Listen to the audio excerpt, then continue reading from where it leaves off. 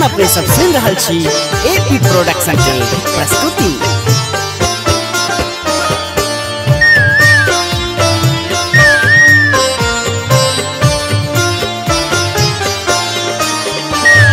सजनी नीको न लागे आहा बिन ये प्रीतम मोनो न लागे आहा बिन।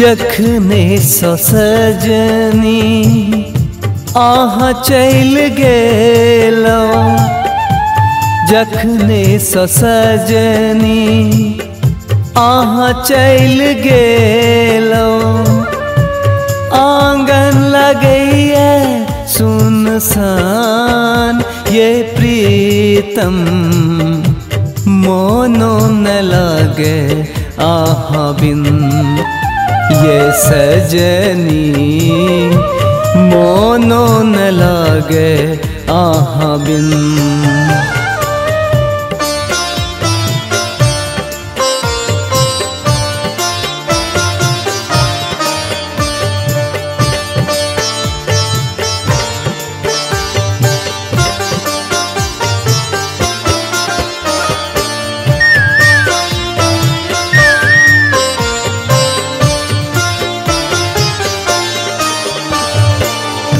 मोनो न लगैया आहा बिन है ये हमर सजनी, मोनो न लगैया आहा बिन है ये हमर सजनी।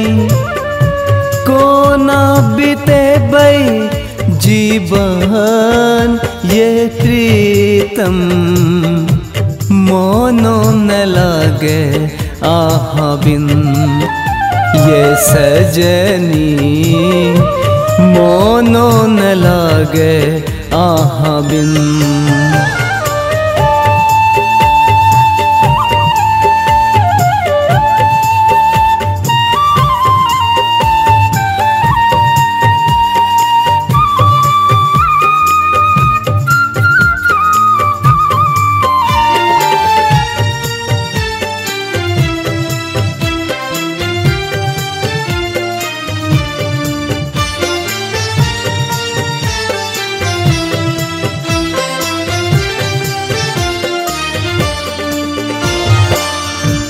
कोनाक आहा छोड़ चल गेलिए हमरा ये सजनी बिसर को न गेलिए।